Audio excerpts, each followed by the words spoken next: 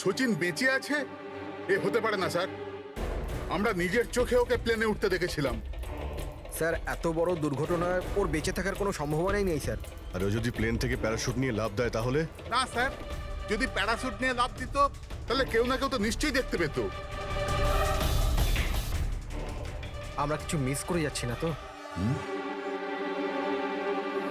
কি একটু আগে তুমি কি বললে? কি মিস করেছো? না না স্যার, কিছু না। তোমাদের অ্যাপিয়ারেন্স বলছে যে তোমরা কিছু লুকোচ্ছ, তাই তো? কি ব্যাপার বলো, বলো তাড়াতাড়ি। সরি স্যার, আমরা ওই ছোট একটা ভুল করে ফেলেছিলাম। কিরকম ভুল? স্যার, যখন প্লেন টেক অফ করেছিল আমরা ওখানে ছিলামই না। আপনারা এত বড় ভুল কি করে করতে পারেন?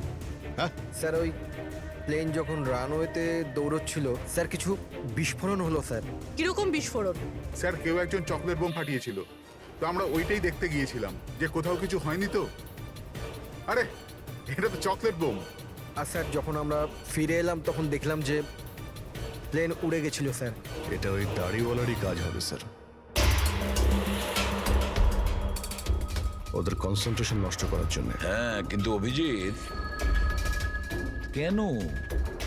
কিসের মোটিভ থাকতে পারে ওদের কনসেন্ট্রেশন ব্রেক করার জন্য? কিছু না কিছু তো গোলমাল আছে অভিজিৎ। আচ্ছা, যখন বোমটা ব্লাস্ট হয় তখন প্লেনটা বায়ুস্তরের কোন জায়গায় ছিল? ওখানে গিয়ে দেখাও। আসুন স্যার, চলো দেখাও। আসুন।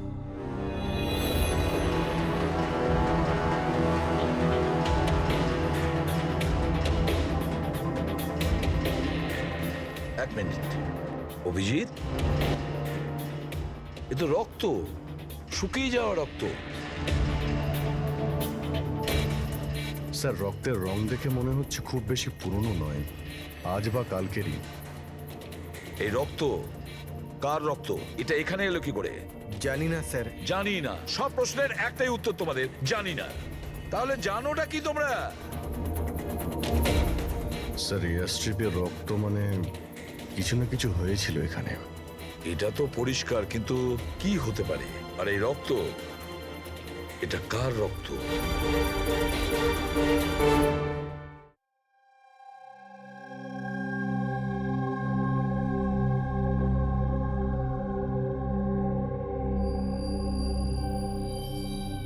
বস, জানতে পেরে গেছি ওই এয়ার স্ট্রিপে যে রক্ত ছিল ওটা কার।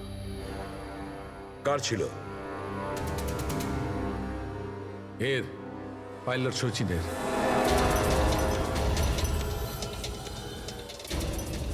পাইলট সচিনের রক্ত? কিন্তু ওর আঘাত লাগলো কি করে, কখন? স্যার, যখন আমরা ওকে জেটিতে দেখেছিলাম তখনও একটা স্লিং ব্যান্ডেজ পড়েছিল, আর ওর হাতে ব্যান্ডেজও বাঁধা ছিল। কিন্তু ইঞ্জিনিয়ার আমাদের এটা বললো যখন সচিন টেক অফের জন্য যাচ্ছিল ও একদমই ঠিকঠাক ছিল, ওর হাতে কোনো রকম ব্যান্ডেজই ছিল না। এটার একটাই মানে দাঁড়ায় অভিজিৎ, সচিনের আঘাত এয়ার স্ট্রিপের সময়ই হয়েছে। প্লেনটা টেক অফ হওয়ার আগেই সচিন এয়ার স্ট্রিপে পড়ে যায়, আর ওর তখনই আঘাতটা লাগে। ঠিক এইরকমই হয়ে থাকবে বস, কারণ এই জন্যে সচিন প্লেন ক্র্যাশে মারা যায়নি, কারণ সচিন প্লেনে ছিলই না। কিন্তু ডক্টর সালুকে কেউ তাহলে সচিনকে প্লেন থেকে লাফাতে দেখেনি কেন? আরে ওই দাড়িওয়ালা ওখানে বাজি ফাটিয়েছিল না ওদের সরানোর জন্য। এগুলো সব সচিন আর ওই লোকটার প্ল্যান ছিল।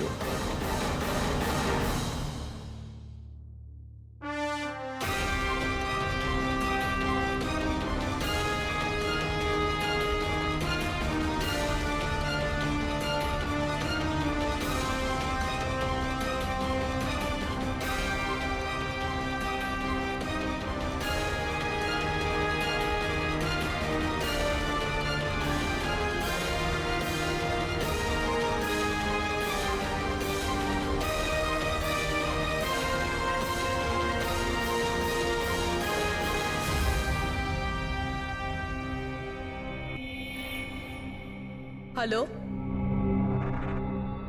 ওকে, থ্যাংক ইউ। স্যার, সচিনের ওই গার্লফ্রেন্ড দীপ্তি যে সিঙ্গাপুরে থাকে, ওর নাম্বার পেয়ে গেছি। সচিন কি হয়েছে ওর? ও ঠিক আছে তো? দীপ্তি, একটা কথা বলো, শেষবারের মতন সচিনের সঙ্গে তুমি কবে কথা বলেছিলে? 2 দিন আগে। 2 দিন আগে? কিন্তু সচিনের ওয়াইফ তো আমাদের বলেছে তোমাদের দুজনের সম্পর্ক ভেঙে গেছে। না, হয়তো ওর বউকে এটা বলেনি যে ও আমার সাথে মিট করতে সিঙ্গাপুরে আসছে। আচ্ছা, সচিনের কবে আসার কথা সিঙ্গাপুরে? 1 সপ্তাহ বাদে। ও,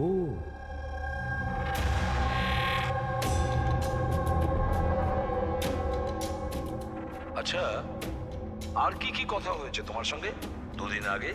ও বলছিল যে ও অনেক টাকা পেতে চলেছে আর তারপর আমরা দুজনে নতুন জীবন শুরু করতে পারি। কিন্তু আপনার এইসব প্রশ্ন, সচিন ঠিক আছে তো? ভয় পেও না, সচিনের কিছু হবে না। আর যদি দরকার পড়ে আমরা আবার তোমায় ফোন করব। Thank you. আচ্ছা, দীপ্তি আবার যুক্ত নয় তো এই প্ল্যানের সঙ্গে, এই সমস্ত ষড়যন্ত্রের সঙ্গে? পুরবি, একটা কাজ করো, সিঙ্গাপুর পুলিশকে পুরো ডিটেলস জানিয়ে দাও আর বলো যে ওরা এই দীপ্তির ওপর যেন নজর রাখে। Yes sir. স্যার, হ্যাঁ, সচিনের ওয়াইফের সঙ্গে কথা হলো স্যার। ও তো বললো যে সচিনের পাসপোর্ট বাড়িতেই আছে। কি? সচিনের পাসপোর্ট বাড়িতে? আর সচিন সিঙ্গাপুর যাওয়ার জন্য প্ল্যান করছে? এটা আবার হয়নি তো যে সচিন নকল পাসপোর্ট বানিয়েছে? নকল পাসপোর্ট? আচ্ছা, আমাদের ওই ঘেটু আছে না, ও কিন্তু নকল পাসপোর্টের ব্যাপারে অনেক কিছু জানে। হেড্রিক, একটা কাজ করো, পঙ্কজকে বলো যে সচিনের ফটো নিয়ে যেন ঘেটুর সঙ্গে দেখা করে। হ্যাঁ। Yes sir. আরও একটা কথা স্যার, সচিন যদি প্লেন টেক অফ হওয়ার আগে প্লেন থেকে ঝাঁপ দিয়ে থাকে, তাহলে প্লেনটা ওড়াচ্ছিল কে? আর যখন ও প্লেন থেকে ঝাঁপ দিল তখন এই মদন, অঙ্কুর আর সুমিত এরা চিৎকার চেঁচামেচি করলো না কেন? চুপচাপ বসেছিল কেন? বস, প্লেন থেকে পড়ে গেলে এরকম সুযোগ পাবে কি করে? এরা তিনজনেই তো অজ্ঞান ছিল। কিন্তু স্যার, এরা জ্ঞানটা হারালো কিভাবে? পুরবী, এদের তিনজনের পেটের মধ্যে ব্ল্যাক কফি ছিল, আর ওই ব্ল্যাক কফিতেই নেশাদ্রব্য মেশানো ছিল। কি? ব্ল্যাক কফির সঙ্গে নেশার ওষুধ? I am boarding. আপনার কফি। Thank you. তাহলে নিশ্চয়ই এটা সচিনের প্ল্যানের পার্ট ছিল। স্যার, একটা প্রশ্নের উত্তর এখনো পাইনি। বিনা পাইলট নিয়ে প্লেনটা উড়লো কিভাবে? এর উত্তর হলো UAS. UAS, আনইন্টারাপ্টেবল auto pilot system. এই প্রোগ্রাম দিয়ে মাটিতে থেকে আকাশে ওড়া প্লেনকে কন্ট্রোল করা যায় স্যার, যে কোনো জায়গা থেকে। হ্যাঁ স্যার, আমরা এই ফরেন্সিক ল্যাবে দাঁড়িয়েও যে প্লেনটা আকাশে উঠছে তাকে কন্ট্রোল করতে পারি। এই প্রোগ্রামটা এই জন্যই বানানো হয় যে আকাশে ওড়ার সময় প্লেনে যদি কোনো ইমার্জেন্সি হয় বা কোনোভাবে প্লেন হাইজ্যাকও হয়ে যায়, তাহলে তার কন্ট্রোল যেন নিচে থাকা লোকেদের হাতে থাকে। তার মানে প্লেনের ককপিটের কন্ট্রোল তার হাতে থাকবে যার হাতে রিমোট আছে। হ্যাঁ স্যার, আর যার কাছে রিমোট কন্ট্রোলটা ছিল সেই প্লেনটা ক্র্যাশ করিয়েছে সমুদ্রে। রিমোট কন্ট্রোলের লোক খুনি। এক কফিতে নেশার ওষুধ। যদি একবার আমরা জানতে পারি না যে ওই ব্ল্যাক কফিতে নেশার ওষুধ কে মিশিয়েছিল আর কে খাইয়েছিল, তাহলে বুঝে নাও রিমোট কন্ট্রোলের খুনির কাছেও আমরা পৌঁছে যাব। Remote control. Black coffee? Sir, Madan তো ব্ল্যাক কফি খেতেন না, ওনার হাই ব্লাড প্রেশার ছিল। আর স্যার, আমিও তো সুমিতকে কোনো ব্ল্যাক কফি দিইনি, কারণ ও যখন বাড়ি থেকে বেরিয়েছিল তখন আমিও বাড়ি ছিলাম না। দেখুন, আমরা ওই তিনজনের পেট থেকেই ব্ল্যাক কফি পেয়েছি, যে সেই নেশার ওষুধ মিশিয়েছিল। আর আপনারা বলছেন যে আপনারা কেউ নিজেদের স্বামীকে ব্ল্যাক কফি খাওয়াননি। হতে পারে অন্য কেউ ওনাদের ব্ল্যাক কফি খাইয়েছিল, বা হতে পারে বাইরে যেখানে গিয়েছিল সেখানে খেয়েছিল। কোথাও গিয়েছিল কি? হ্যাঁ স্যার, ওকে আমাদের ড্রাইভার এয়ারপোর্টে ছাড়তে গেছিল। তাহলে হতে পারে যে ও বাইরে কোথাও কফি খেয়েছে, তাহলে ড্রাইভার জানতে পারে। রবি, ওকে একবার ডাকুন তো, কোথায় আছে ও? স্যার, যবে এই ঘটনা ঘটেছে তবে থেকে ও কাজে আসছে না, ও আমার ফোনও তুলছে না। তার মানে অভিজিৎ, এই রবি কাল থেকে উধাও।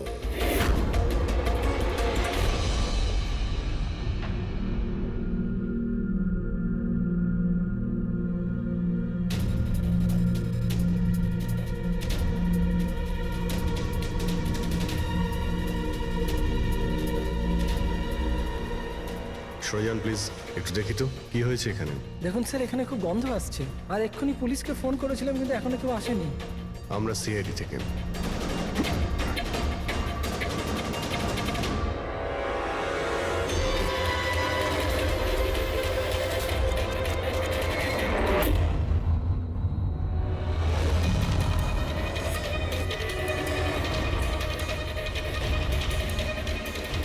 স্যার আরও একটা খুন।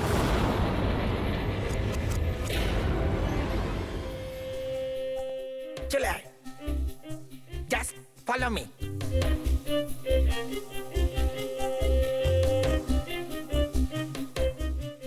পঙ্কজ, চুপচাপ আমার পেছন পেছন চলতে থাকবি যতক্ষণ আমি এখানে আছি। তোর ঘাবড়ানোর কোনো দরকার নেই। এই যে ঘেটু, আমি না ভয় পাই না, আমি একজন সিআইডি অফিসার। চুপচাপ চল, ফলো মি, ওইদিকে চল।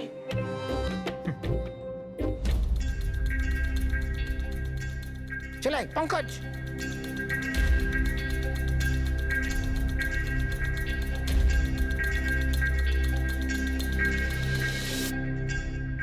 কি বন্ধু, শুনেছি তুমি খুব সুন্দর পাসপোর্ট বানাও। কে বললো? আমার একটা বন্ধু বলেছে। বন্ধু? কে বন্ধু? এ না, আমি চিনি না একে।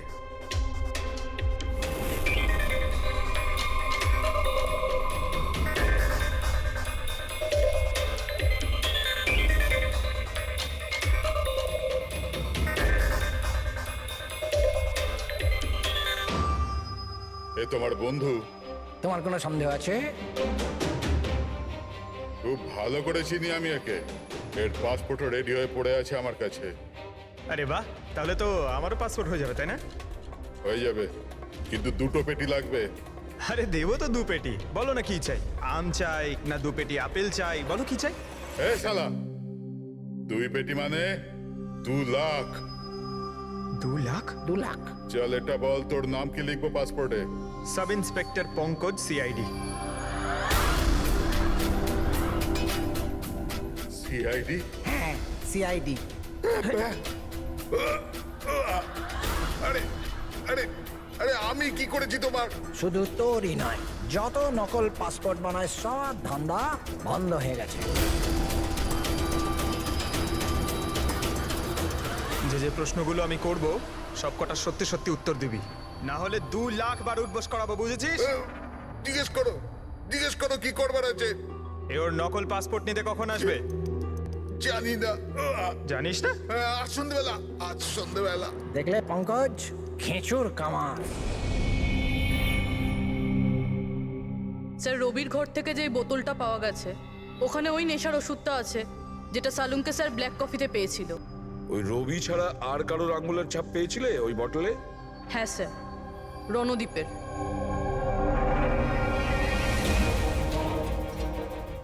রণদীপ, এই রণদীপ বিউরোতে এসে চেঁচিয়ে চেঁচিয়ে নিজেকে নির্দোষ প্রমাণিত করতে চাইছিল না?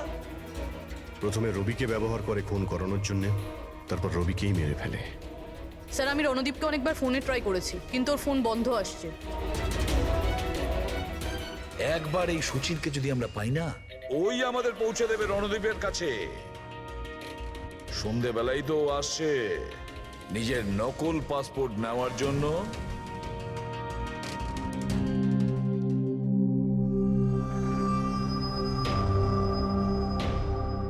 আমার পাসপোর্ট রেডি আছে? হ্যাঁ, তুমি এক কাজ করো, তোমার পাসপোর্ট ওর থেকে নিয়ে নাও, ওর কাছে আছে। আরে ভাই তাড়াতাড়ি করো, আমার কাছে বেশি সময় নেই। সত্যি বলেছিস তুই, তোর কাছে তো একদম সময় নেই। বাস এইটা, এই ফটোটা চিপকে দি। এটা কি ধরনের মজা? মজা নয়, এটা সিআইডির উপহার। সিআইডি? বল, ওই প্লেন ক্র্যাশটা কি করে করেছিলি তুই?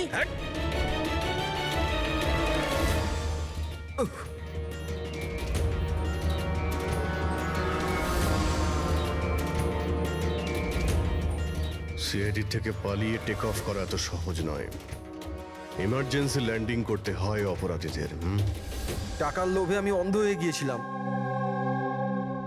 এই কাজের জন্য আমায় 50 লাখ টাকা দেওয়া হয়েছিল, কিন্তু কিন্তু আমি জানতাম না যে স্যার ওরা মারা যাবে। তোকে টাকা কে দিয়েছিল সেটা বল।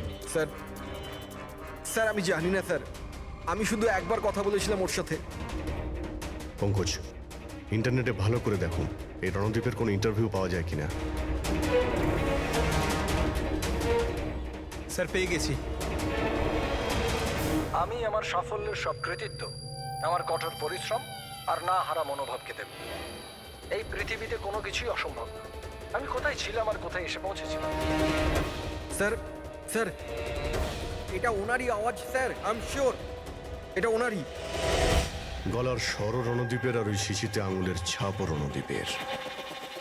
রণদীপ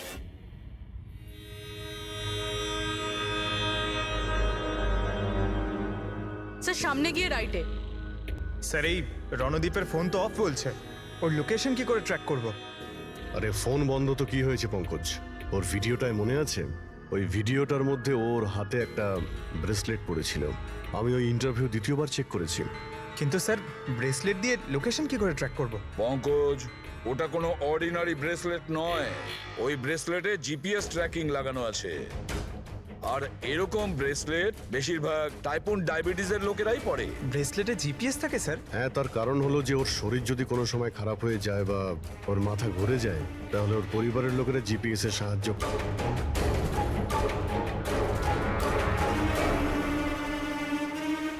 স্যার এখানেই কোথাও হবে, এইখানেই।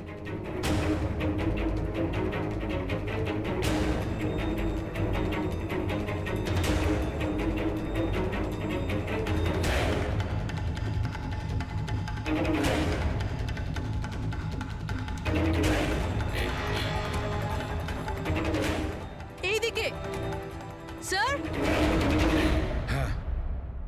স্যার এখানেই কোথাও হবে। ওর হার্ট রেট ক্রমশ কমে আসছে। হার্ট রেট ক্রমশ কমে যাচ্ছে, এদিকেই ও কোথাও আছে। দাঁড়া দাঁড়া, এই মাটিটা অন্যরকম মনে হচ্ছে কেন? এই মাটির নিচে আবার নেই তো? হতে পারে।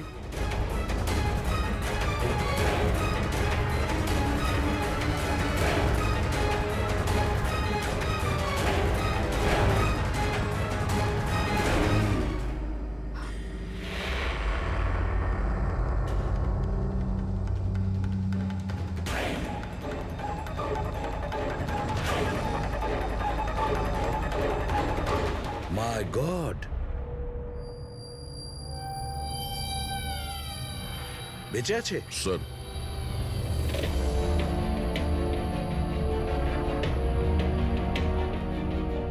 স্যার আমরা তো ভেবেছিলাম যে এই লোকটাই খুনি, কিন্তু এখন দেখছি ওই তো মারা যাচ্ছিল।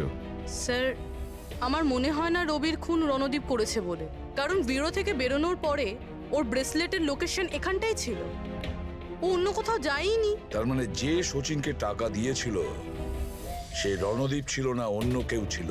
কিন্তু স্যার ভয়েস তো ওরই ছিল, গলার আওয়াজ তো ওরই ছিল। পুরবি আওয়াজ চেঞ্জ করে কথা বলা কোনো ব্যাপার না। আর আজকাল স্যার এমন এমন মোবাইলের অ্যাপ এসছে যার সাহায্যে যে কেউ যে কোনো আওয়াজে কথা বলতে পারে। কিন্তু কে কে সে যে রণদীপকে ফাঁসানোর চেষ্টা করেছিল? সে কে ছিল যে কিনা নিজের ভয়েস চেঞ্জ করার অ্যাপ ইউজ করেছিল?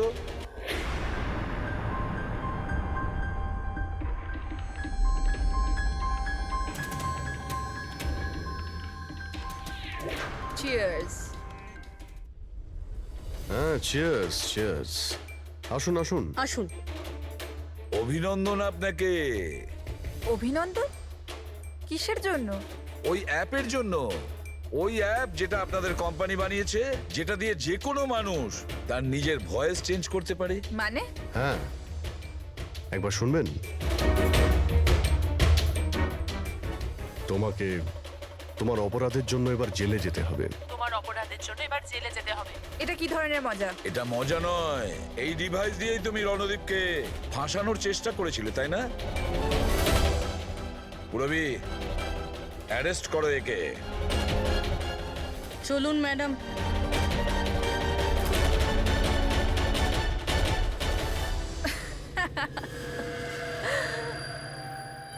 এত কিসের তারা আছে সিআইডি?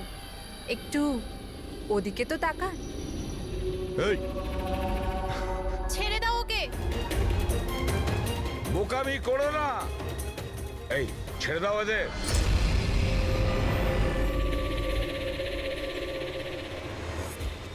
মাই গড, তাড়াতাড়ি ওঠো।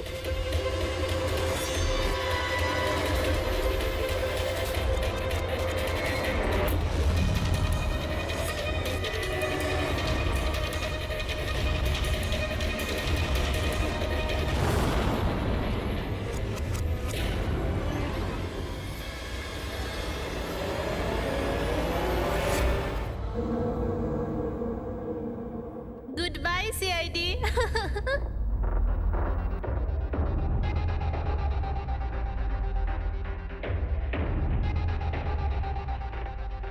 ওয়েল ডান গার্লস, আজ পর্যন্ত বড় বড় অপরাধী যেটা করতে পারেনি সেটা আমরা করে দেখিয়েছি। সিআইডি তো পাগল হয়ে গেছে মনে হয়। আরে ওসব তো ঠিক আছে, কিন্তু আমরা যাব কোথায়? অরিজিনাল প্ল্যান তো আমরা ভেস্তে ফেলেছি। ভেবে দেখি, কোনো না কোনো রাস্তা তো পেয়েই যাব।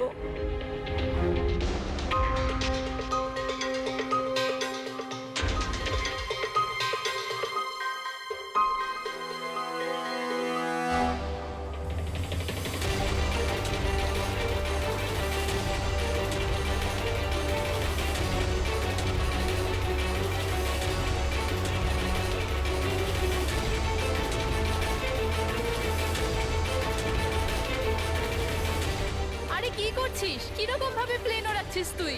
আরে আমি চালাচ্ছি না রে। তুমি তো বলেছিলে যে তুমি প্লেন চালাতে পারো। আরে আমি এটা করছি না, এটা নিজে থেকে হচ্ছে। ও নো, প্লেন তো নিচে যাচ্ছে।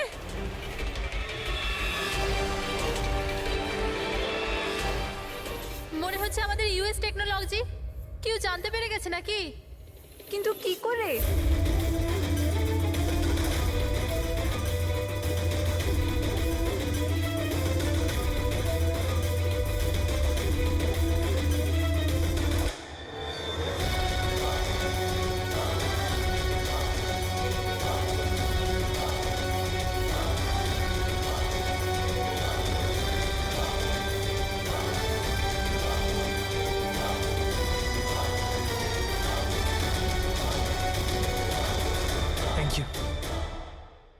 আসুন।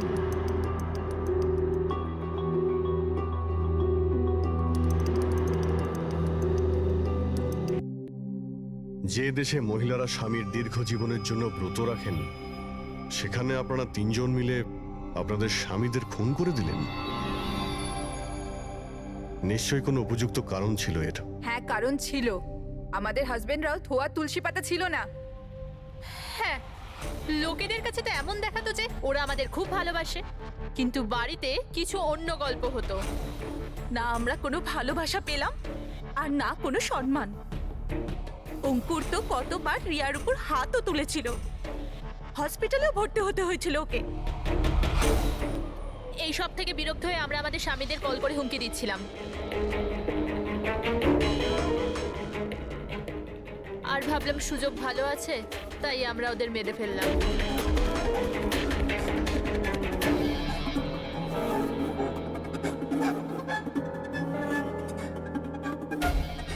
আর ভাগ্য দেখুন, রণদীপ রবির কাছে গিয়েছিল ওই অজ্ঞান হওয়ার ওষুধ নিয়ে, যাতে আমাদের স্বামী মিটিংয়ে পৌঁছতেই না পারে। আর এই ব্যাপারটাও আমাদের কাজে লেগে গেল। তাহলে রবির সততার সুযোগ নিয়েছো তুমি। তারপরে তোমরা রণদীপকে মাটিতে পুঁতে দিয়েছিলে, যাতে আমাদের মনে হয় ও অপরাধ করে পালিয়ে গেছে। খাঁচায় বন্দি পাখির মতো জীবন কাটানোর কোনো ইচ্ছে ছিল না। আমরা স্বাধীনভাবে শ্বাস নিতে চেয়েছিলাম। স্বাধীনভাবে শ্বাস নেওয়ার আরো কিছু পথ খোলা আছে ম্যাডাম। স্বামীকে খুন করা সব থেকে ভুল সিদ্ধান্ত। এটা ঠিক করতে যদি স্বামীর কাছ থেকে সরে যেতে, কিন্তু না, তোমরা তিনজন এমন রাস্তা বেছে নিয়েছো যে রাস্তা তোমাদের অন্ধকারে নিয়ে যাবে, আর সেটাও জেলের গড়াদের পেছনে।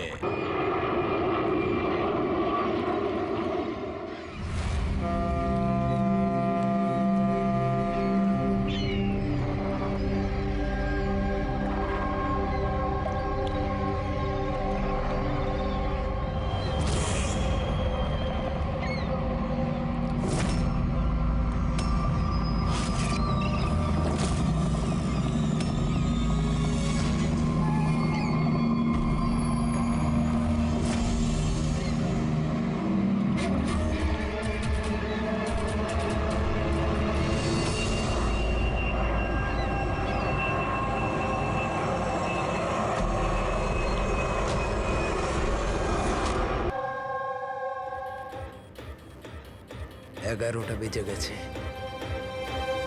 এসে গেছে। এবার এই প্লেনটা পড়বে।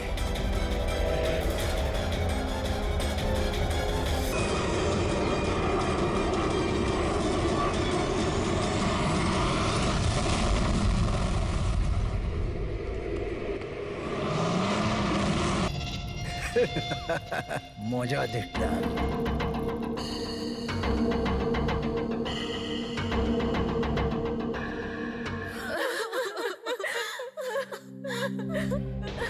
তো প্লেনে আপনাদের তিনজনের হাজবেন্ড ছাড়া শুধু পাইলট ছিল?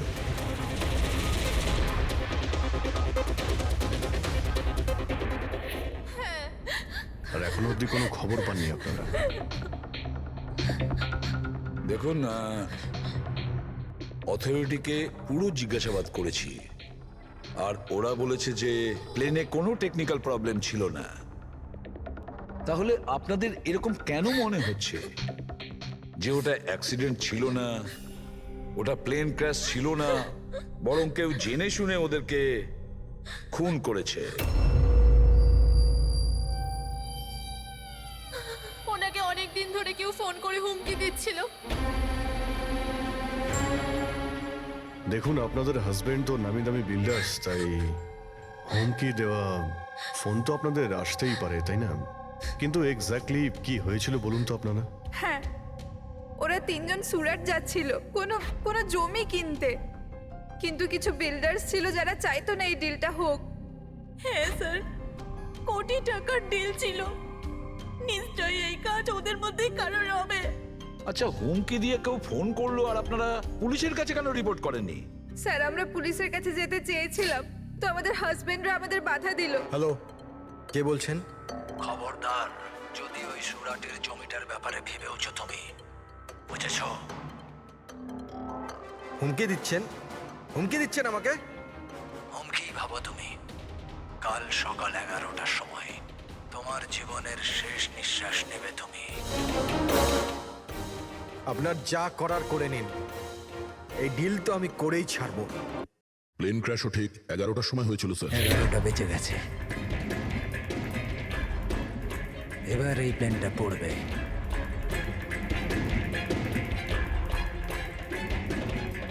এটা কোনো কাকতালীয় ঘটনা হতে পারে না। আপনি বলুন স্যার, যে একটা জমির টুকরো কারোর জীবনের থেকে বড় হতে পারে কি? দেখুন, আমি আপনাদের প্রমিস করছি, যারা এই কাজটা করেছে তাদেরকে আমরা শাস্তি দিয়েই ছাড়ব।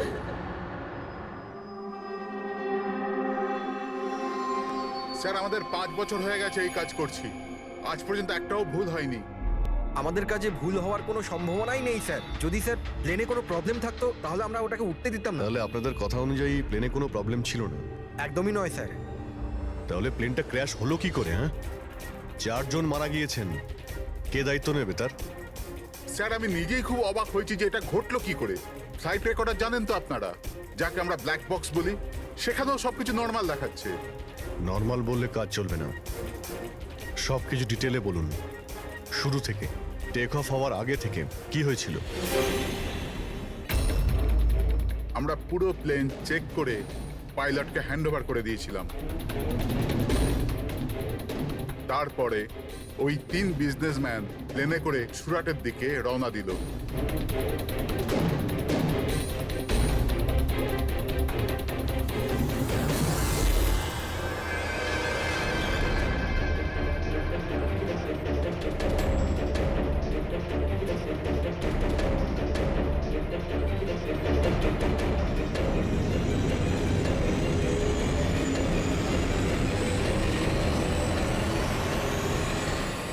স্যার, আমরা টেক অফের পারমিশন রেডিওর ফ্রিকোয়েন্সি থেকে পাই, মেন টাওয়ার থেকে। কাল আমাদের পুরো ইনফরমেশন পাওয়ার পরই আমরা টেক অফের প্রক্রিয়া শুরু করেছি। হ্যাঁ ফ্রেডি, কি? আচ্ছা, ওকে ওকে ওকে, হ্যাঁ ঠিক আছে, আমরা দেখছি। কি হয়েছে স্যার? মদনকে যে নাম্বার থেকে হুমকি দেওয়া ফোন করা হয়েছিল, সেটা ক্র্যাশের দিন এখানেই ছিল, এই এয়ার স্ট্রিপেই।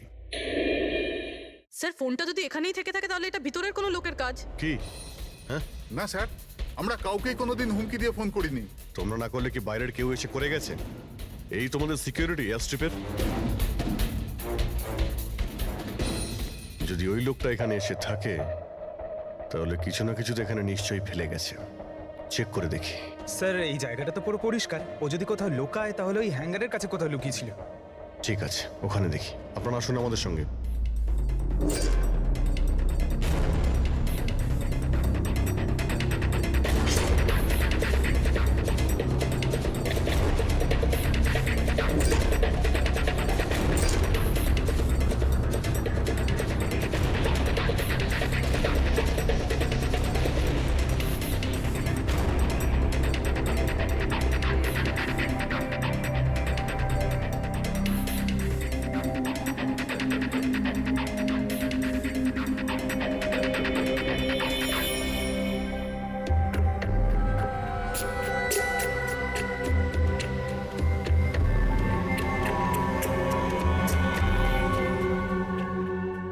স্যার, স্যার একটা ভাঙা ফোন পেয়েছি।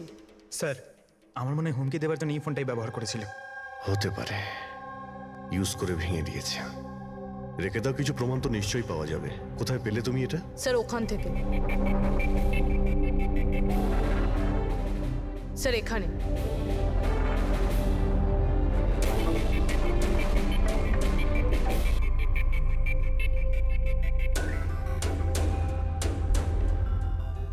স্যার এই দেখুন, এখানে কানের মতো কিছু একটা দেখা যাচ্ছে।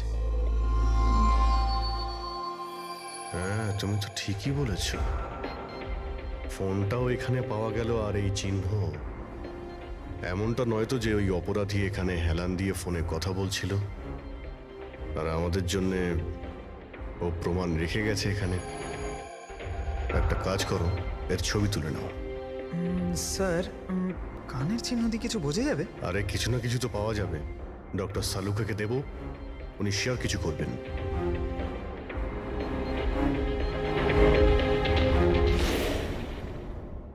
স্যার দুটো লাশ পাওয়া গেছে, অঙ্কুর আর মদনের। অঙ্গদ আর মদন। আচ্ছা, সুমিত আর ওই প্লেনের পাইলট? খুন চলছে স্যার, এখনো কোনো খবর পাওয়া যায়নি। আপনারা প্লিজ কাঁদবেন না, একটু শান্ত হন। দেখুন, আমি আপনাদের কথা দিচ্ছি, আপনাদের স্বামীকে যারা খুন করেছে তারা আমাদের হাত থেকে বাঁচতে পারবে না। স্যার, হ্যাঁ স্যার এই ফোনটা পেয়ে গেছি, যে ফোন থেকে হুমকি দেওয়া ফোনটা করা হয়েছিল। কিন্তু স্যার আমরা ওখানে পৌঁছানোর আগেই খুনি এই ফোনটা ভেঙে দিয়েছে, যাতে আমরা ওর অবধি পৌঁছতে না পারি। স্যার আমরা জানি এটা কে করেছে। চেনেন আপনারা? কে কে খুন করেছে? রণদীপ আর শশী। রণদীপ আর শশী কারা? হ্যাঁ স্যার এই দুজন বিল্ডার্স, এরা চাইতো না যে আমাদের তিনজনের স্বামী এই ডিলটা করুক। জানতাম, আমরা জানতাম যে এই ঘটনার পুরো দোষ আমাদের ঘাড়েই চাপানো হবে।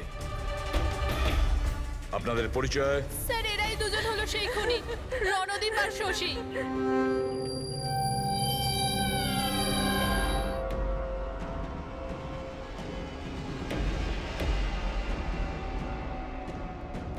জানি না এই মহিলাদের আমাদের সঙ্গে কি শত্রুতা আছে, যাই হোক না কেন আমাদের উপরই সবসময় দোষারোপ। আর আগেও একবার এরা আমাদের মিথ্যে অভিযোগে গ্রেফতার করিয়েছিল। আচ্ছা, কোন অপরাধে গ্রেফতার করিয়েছিল আপনাদের? আমাদেরও একটু বলুন। স্যার প্রথমবার যখন অঙ্কুরকে কল করে হুমকি দিয়েছিল, তো আমি পুলিশে রিপোর্ট লিখিয়েছিলাম এই রণদীপের বিরুদ্ধে। আর পুলিশ আমাকে গ্রেফতারও করেছিল, কিন্তু পরে আমি নির্দোষ প্রমাণিত হই। হ্যাঁ স্যার, আসলে ওই হুমকি দেওয়া ফোন ওই গ্রামবাসীদের ছিল, যাদের জমি এরা নিতে চেয়েছিল। হ্যাঁ, ওই গ্রামের লোকগুলো তো এখনো জেলেই আছে। তো এই বাজে কাজটা তোমরা ছাড়া আর কে করতে পারে? দেখলেন স্যার, আবার আমাদের ওপর অভিযোগ। যদি আমরাই হামলা করে থাকি তাহলে সিআইডির কাছে আমরা কেন আসবো? কোনো ব্যাপার না, খুব তাড়াতাড়ি সমস্ত সমস্যার সমাধান হয়ে যাবে। হ্যাঁ, কারণ আমরা ওখানে অপরাধীর কানের চিহ্ন পেয়েছি। আর ব্যাস, সেটা থেকে তো আমরা পুরোটা জেনেই যাব যে খুনি কে। এই দেওয়ালে যে কাঁচা রং ছিল ওখানে এই যে কানের ছাপটা দেখা যাচ্ছে, এই কানের ছাপটা দেখো। কিছু দেখতে পাচ্ছ এতে? ওই কানের প্রিন্টে স্টারের মতন দেখতে কিছু ইমপ্রিন্ট আছে। আরো একটা কথা, এই যে অপরাধী এ সমুদ্রের আশেপাশে থাকে। এইটা কিভাবে জানতে পারলেন স্যার? আমি বলছি, এই ফোনটা, এই ফোনের যে ভাঙা অংশটা, এর ওপর আমি কিছু সমুদ্রের বালি আর মাছের কাঁটার টুকরো পেয়েছি। আচ্ছা আচ্ছা, তো যখন ওই লোকটা তার জুতো দিয়ে ফোনটা ভেঙেছিল তখন ওই বালি আর ওই মাছের কাঁটা জুতো থেকে বের হয়ে ফোনের মধ্যে চলে আসে। জুতোয় বালি আর মাছের কাঁটা হতে পারে ওই লোকটা ফিশ মার্কেটের আশেপাশে থাকে। এখানে তো দুটো ফিশ মার্কেট আছে, একটা ভার্সোভা জেটিতে আর একটা মার্ড আইল্যান্ডে। ব্যাস, তাহলে আমাদের কাজ হয়ে গেছে। এই দুটো ফিশ মার্কেটে গিয়ে খোঁজ নাও আর দেখো এমন কেউ আছে যে কানের মধ্যে স্টারের শেপের ইয়াররিং পড়েছে।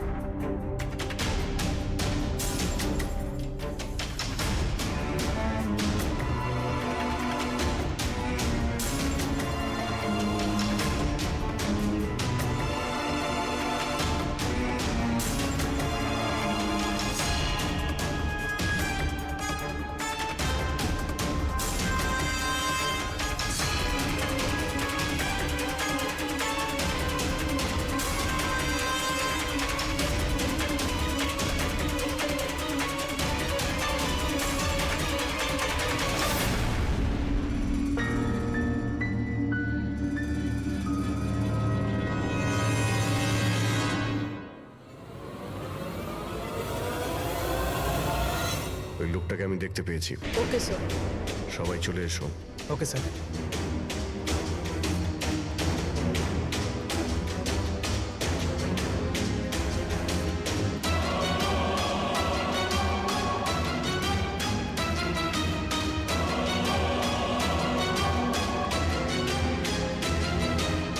কারোর সঙ্গে মিটিং হওয়ার কথা।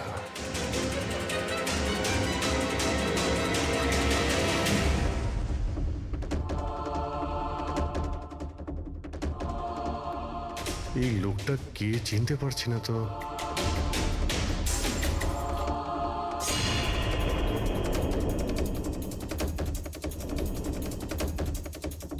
স্যার, এটা তো সচিন।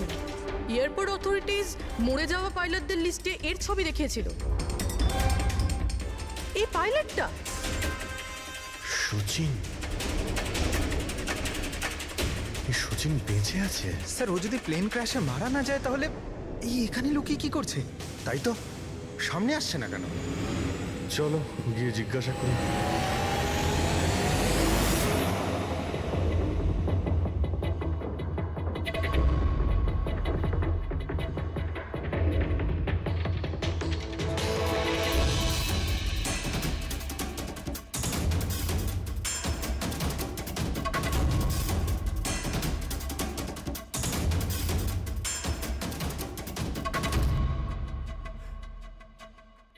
স্যার।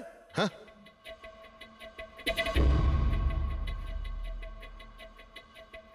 স্যার, এ তো মারা গেছে। মারা গেছে? ওই দেখুন স্যার, সচিন পালাচ্ছে।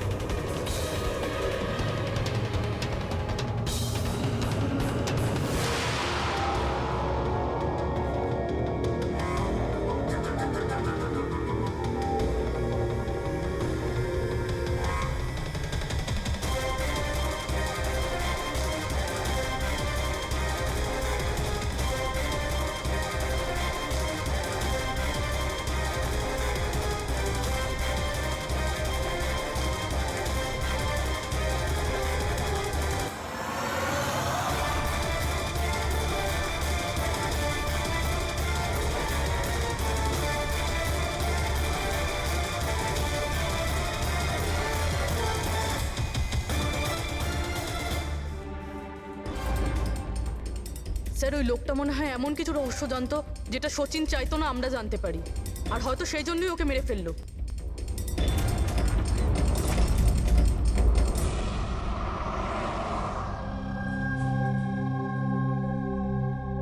স্যার,